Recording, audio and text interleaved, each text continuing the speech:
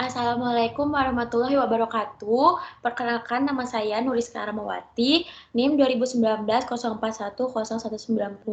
Saya mahasiswa dari Universitas Muhammadiyah Yogyakarta. Saya dari kelas Komunikasi Bisnis R. Di sini saya akan presentasi mengenai pembahasan laporan singkat. Sebelumnya, kita harus mengetahui apa sih arti dari laporan singkat itu. Kita ganti dulu slide-nya. Jadi, teman-teman, laporan singkat itu bisa disebut juga dengan kata lain yaitu short reports. Disebut juga dengan laporan informal.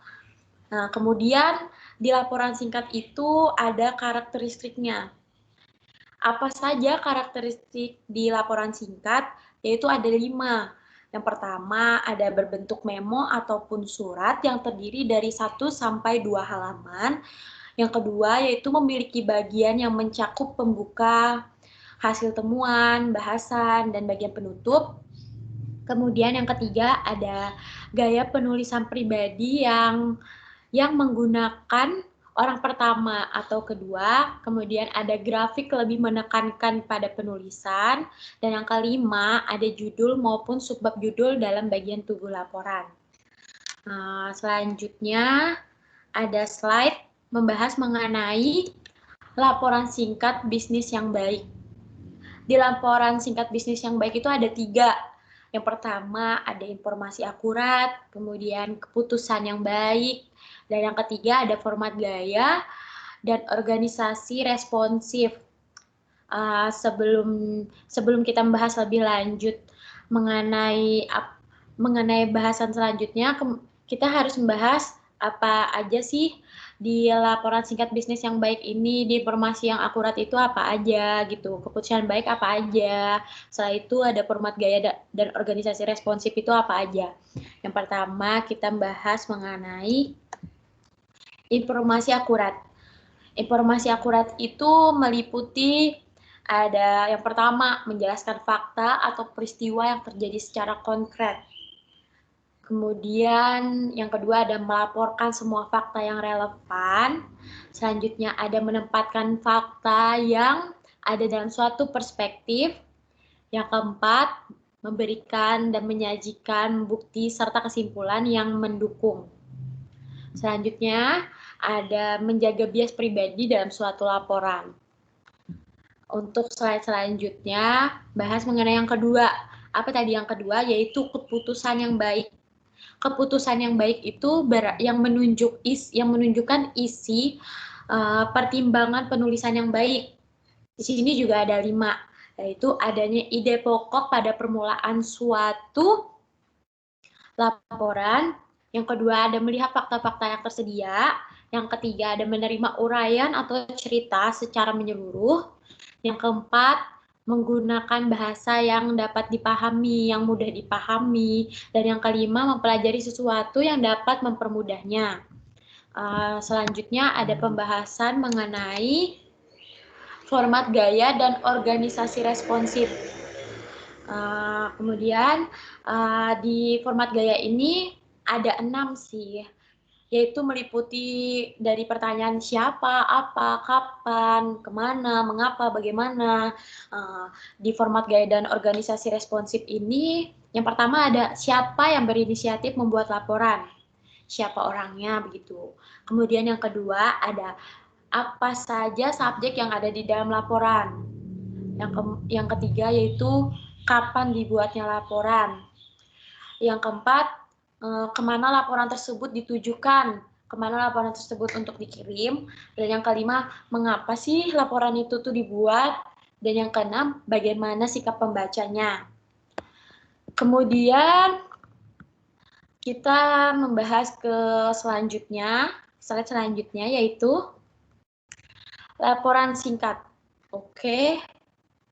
Nah, dalam perencanaan laporan singkat ini, hal-hal yang harus diperhatikan yaitu subjek yang diartikan di sini sebagai subjek yaitu pembaca, tujuan dan keterkaitannya. Kemudian masing-masing elemen atau unsur akan mempengaruhi format dan panjang gaya serta organisasi suatu laporan. Masing-masing laporan Masing-masing laporan tersebut memiliki beberapa penentuan format dalam perencanaan laporan singkat, antara lain yaitu yang pertama pre-parented. Itu tuh sebagai contohnya yaitu bentuk sebelum dicetak pada dasarnya yang digunakan untuk mengisi laporan yang kosong. Contohnya yaitu seperti laporan otoritas begitu. Yang kedua ada surat. Format surat tuh dapat digunakan untuk laporan yang jumlah halamannya 5 atau kurang dan ditunjukkan kepada pihak luar organisasi biasanya. Dan yang ketiga ada memo. Di memo itu arti memo itu sebenarnya kayak format yang paling umum untuk laporan singkat yang digunakan untuk kepentingan pihak intern suatu organisasi. Dan yang terakhir itu ada manuskrip. Laporan ini terdiri dari biasanya atas beberapa halaman sampai ratusan halaman yang memerlukan pendekatan formal. Namun di sini kita tadi kan membahasnya laporan singkat. Jadi yang sering dipakai itu yaitu memo dan surat. Untuk slide selanjutnya kita membahas mengenai struktur dasar. Apa saja sih struktur dasar di laporan singkat ini? Dalam menentukan struktur dasar, yaitu kita dapat memperhatikan beberapa hal sebagai berikut, yaitu apa yang ingin Anda informasikan, kemudian apa pendekatannya, dan apa metode yang digunakan. Nah, di sini saya akan bahasnya satu persatu. Apa yang ingin Anda informasikan itu yaitu informasi apa yang seharusnya dimasukkan, seperti itu. Apakah semua data akan dimasukkan atau mungkin Anda akan mengeliminasi beberapa data seperti itu. Kita memilih informasinya. Kemudian apa pendekatannya? Untuk pendekatannya ini seperti kayak pendekatan psikologis, apa yang sesuai dengan pembaca, apa yang sesuai dengan penerimanya nanti gitu. Apa menggunakan direct order atau indirect order. Sebelumnya kita pernah membahas ini di pembahasan komunikasi bisnis kelas sebelumnya. Kemudian apa sih metode yang digunakan selanjutnya di struktur dasar ini? Metode yang digunakan yaitu seperti kayak metode yang digunakan itu bertujuan untuk agar materinya lebih jelas dan meyakinkan. Apakah akan menggunakan pengorganisasian suatu topik atas dasar tingkat pentingnya, urutan, kronologis, lokasi, atau kategori? Atau apakah akan mengorganisasi ide menurut suatu argumen yang logis? Begitu metode yang digunakannya. Di laporan singkat selanjutnya kita akan membahas mengenai pengorganisasian di laporan singkat. Saya ganti dulu slide-nya. Pengorganisasian laporan singkat. Di pengorganisasian laporan singkat itu ada dua, kawan-kawan. Kemudian yang pertama itu pengorganisasian memo dan laporan informasional. Dan yang kedua pengorganisasian laporan analitis. Nah, di memo dan informasional ini ada dua, yaitu laporan periodik dan yang kedua adalah laporan aktivitas personal. Sedangkan di analitis itu ada laporan justifikasi, kemudian usulan bisnis baru di luar klien, usulan laporan, dan yang ketiga ada laporan troubleshooting. Nah, kalau misalkan kawan-kawan masih bingung, apa sih ya laporan periodik dan laporan aktivis personal lainnya, saya akan menjelaskan di slide selanjutnya. Nah, tadi sudah dijelaskan kalau pengorganisasian memo dan laporan informasional itu ada dua. Yang pertama itu ada laporan periodik. Di sini bisa kita ketahui bahwa laporan periodik itu maksudnya berkala dan mempunyai arti yaitu suatu laporan internal dalam suatu departemen atau divisi selama periode tertentu. Tujuan laporan periodik ialah untuk memberikan suatu gambaran bagaimana sesuatu berjalan sehingga manajer dapat mengikuti perkembangan dan dapat melakukan koreksi jika perlu. Dan kemudian kita akan bahas yang kedua yaitu laporan aktivis personal atau individu yang berisi suatu deskripsi individual terhadap apa yang terjadi selama suatu konferensi atau konvensi atau dalam perjalanan. Tujuan dari laporan ini yaitu biasanya untuk menginformasikan kepada manajemen terhadap setiap informasi penting atau keputusan yang muncul. Itu tadi merupakan penjelasan dari laporan periodik dan laporan aktivitas personal.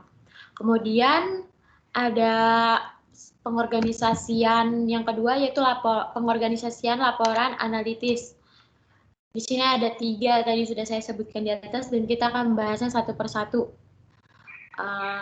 Laporan justifikasi itu ialah usulan intern yang digunakan untuk melakukan persuasi kepada manajemen puncak untuk menyetujui suatu investasi atau proyek tertentu. Dan yang kedua ada usulan bisnis baru di luar klien, usulan untuk pihak di luar klien dimaksudkan untuk memperoleh produk atau proyek yang diterima oleh bisnis atau pemerintahan di luar klien. Dan yang ketiga itu ada laporan troubleshooting. Laporan troubleshooting ini adalah dokumen yang berorientasi kepada keputusan yang disusun untuk kepentingan manajemen puncak.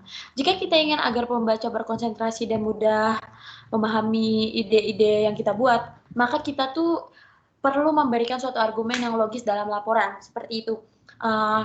Kalau misalkan kawan-kawan bingung apa pengorganisasian laporan analitis ini dirancang untuk apa, biasanya dirancang untuk melakukan persuasi kepada pembaca agar dapat menerima kesimpulan dan dapat menerima rekomendasi seperti itu.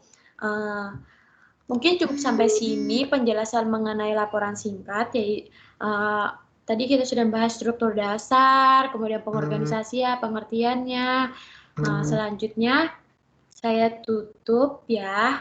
Terima kasih semuanya sudah mendengarkan penjelasan saya. Assalamualaikum warahmatullahi wabarakatuh.